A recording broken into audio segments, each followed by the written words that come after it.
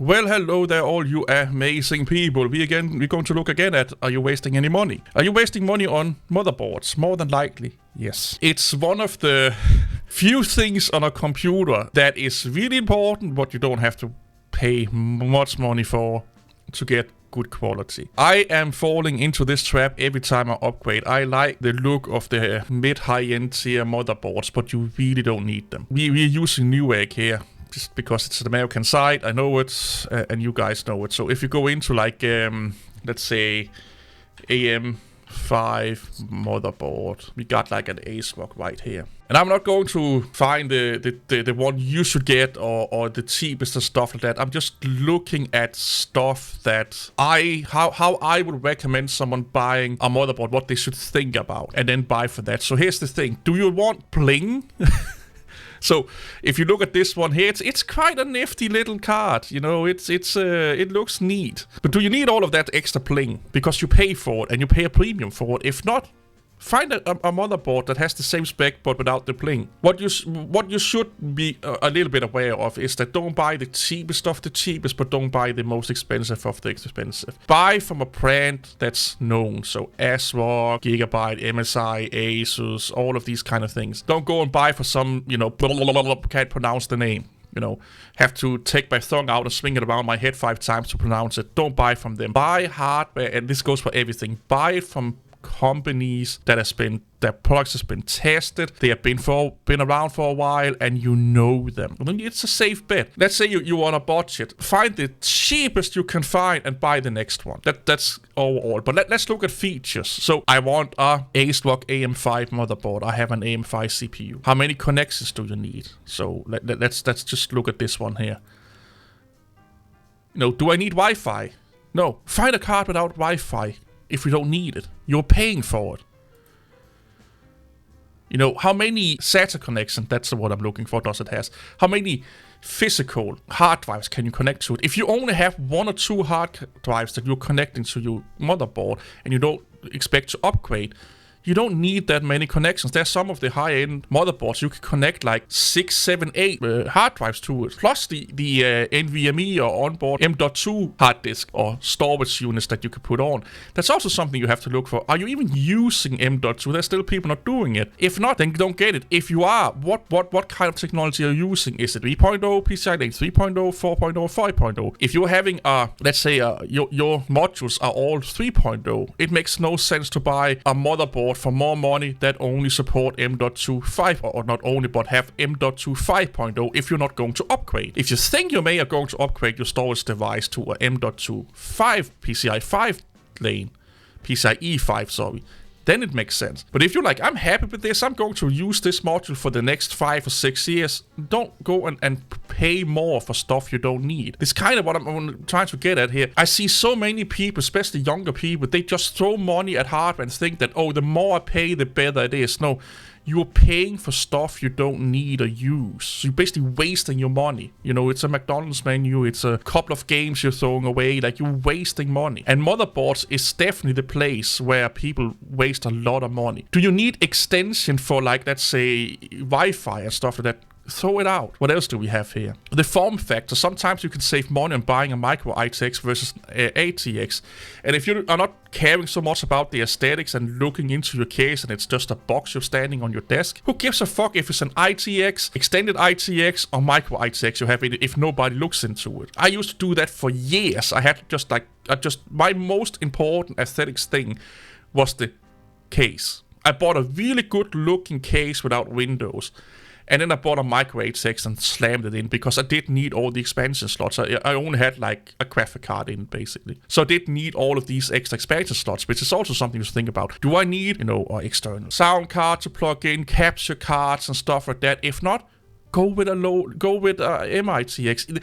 Even in some cases, a micro ITX looks quite good in them, you know, from a statics viewpoint. And also up here, what kind of connections do you need? Do you need a lot of these connections that's on here? If not, go down on them. A lot of motherboards, they tend to go up a little bit if you have like surround sound connections to them. Do you need surround sound? Do you have surround sound speakers connected to your motherboard? Or are you using an external sound system or sound card?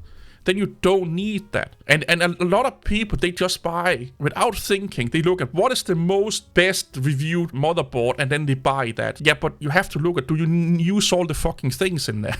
Again, like I said myself, I have bought a lot of motherboards in my life, and a lot of them I paid way more money than I should for them because they looked nice, or some reviewers said that they were really good because they have all these extra features that I never used. This computer I built right now is the first computer where I have a M.2 in it, and it just happens to support 5.0. I'm using a 4.0 module in there, M.2 in there, so it's actually overkill for me. I am going to upgrade, that's why I bought it. But you have to look at what is my use case, and especially with motherboards, it's a place where less is more. You don't need all of these things, unless you are a massive hardcore overclocker. Then go with the high end and go with the chipsets that allow you to overclock. If you're not an overclocker, don't buy hardware that can overclock. It don't matter to you. That's, again, money you're throwing out the toilet that you could be using on other things. You can go and get a fucking tattoo of your mom on your ass or something like that. Stop wasting money on it. It's really, really easy to save a lot of money on a motherboard. It's one of those places where it's probably the easiest to save money. If you don't give a flying pig in hell about aesthetic, you don't care whatsoever how it looks like. Let's take this as a gigabyte. This here would be way good enough for most people. I don't know what chipset this is right now. It's a DDR4. I use DDR5, so I can't use it. But if I had like a M4, I actually have an M4 chip laying around, this would be perfect for it. I'm not overclocking. I have one graphic card in it. So if we do this, there's like 1, 2, 3, 4, 5 SSD or SATA connections. I have 6, I think, but one of them I can get rid of because I can just do, especially when I'm using an M.2, I don't need all of those hard drives. So this here would be way good enough for me. Is there anything here that I like? Even the Wi-Fi here, I never use Wi-Fi on my desktop. It's laptops and stuff like that. Yeah, but my desktop, it gets a cable up the butt and into the router. Yeah, this would be way good enough for most people, unless you are overclocking. Get good a cabinet with good cooling in it, good airflow, get some good fans in it, and you're set to go. You don't need all of these like massive overbeast boosted, why can't I remember what they're called now? Capacitor coolers and all that fucking shit, and power lane coolers and whatnot. If you're not going to absolute fucking max it to the max, to the gills, like go full blown fucking. It's drawing so much electricity that every time I turn on my computer, all the lights in my apartment complex goes down and go up again. Unless you're doing that, they are built to last. If it's from a company that do quality products, they are built to run at the speed that they are saying that they should run at for years and years and years. They don't, luckily enough, whatever we believe in, they don't make computer hardware to get, then built-in failure in a year or so. They tend to last for decades if you take care of it a little bit. They are built to last. A lot of all of these extra things you see, they make sense if you are overclocking or if you are tinkering and stuff like that. Think, of course, am I going to upgrade, if I have like a PCI 3 graphic card, am I going to upgrade to a PCI 4 in the next upgrade cycle? So if you upgrade every 2 years, am I going to upgrade my graphic card this time or next time? Because if you're not, then buy a 3.0 PCI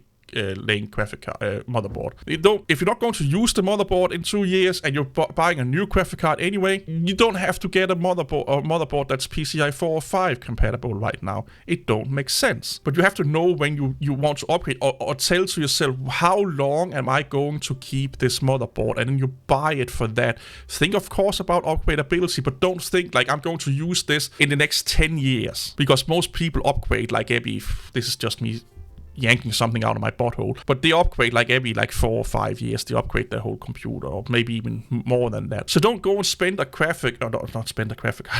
spend money on a motherboard that have all of these bells and whistles and looks really neat, and that looks all fancy and what have you not. Something like this here, Asus B60E ATX blah blah blah. That's also AM5 motherboard, but look at all of this fancy shit here. Oh yeah, and it has numbers showing down in the corner, and my nerd boner is almost slapping me on my chin. Like, is it neat? Yeah. If you can afford it and it makes you happy and you look, yeah, buy it. But if you don't need it, you are wasting money. You could probably, like a $150 motherboard will probably be good enough for you. Think about how much other shit you can get for $100. You get what I'm coming at here? And there is a reason why I'm saying this, because we've been conditioned by tech YouTubers, by companies to buy the most expensive thing we can get we can afford. So how much money are you willing to save up to buy the most expensive shit that you can get for those money? That's the automatically thing we go to. I can save up $200. I need a motherboard that costs $200. I want that. No, you probably don't. If you can save up $500 to a motherboard and you think about what you're doing with your computer, what you're using it for, you probably don't need a $500 motherboard. Just because you can save up to it, you don't have to buy it at that price point. And it goes with every hardware. You have to look at, what am I using it for? What am I using this hardware for? What do I need? And then of course think about, am I going to upgrade some of the components and not the motherboard until I get a new motherboard? If so, think about, what am I going to upgrade? If it's like, oh, next time I'm upgrading my motherboard, I'm upgrading my whole computer. That's what I do. I build a new computer the one I had before I had for like 4 years, but normally I build a new computer every second year. So I buy hardware that can last me 2 years. What am I going to do within those 2 years? Am I going to expand? More than likely, I'm not going to upgrade anything in those 2 years. Maybe a maybe a hard disk or something like that. But I'm looking at, what do I need to last me 2 years? And then I don't look at the price, I look at the features. What do I need to last me for 2 years? And then I find the best card that has those features for the lowest money.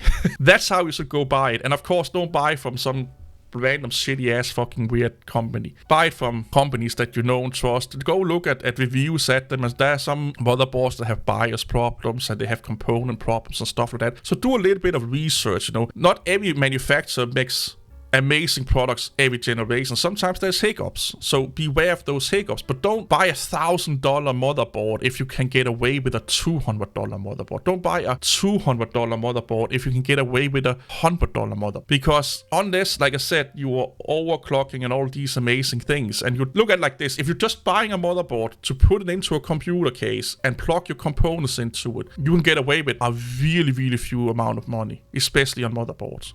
If you're doing builds for aesthetic reasons, they go up a little bit. If you need a lot of bells and whistles, they go up a little bit. If you need LEDs running like they were being chased by fucking zombies out of the motherboard, you need to go up in price. See you all later. Bye bye.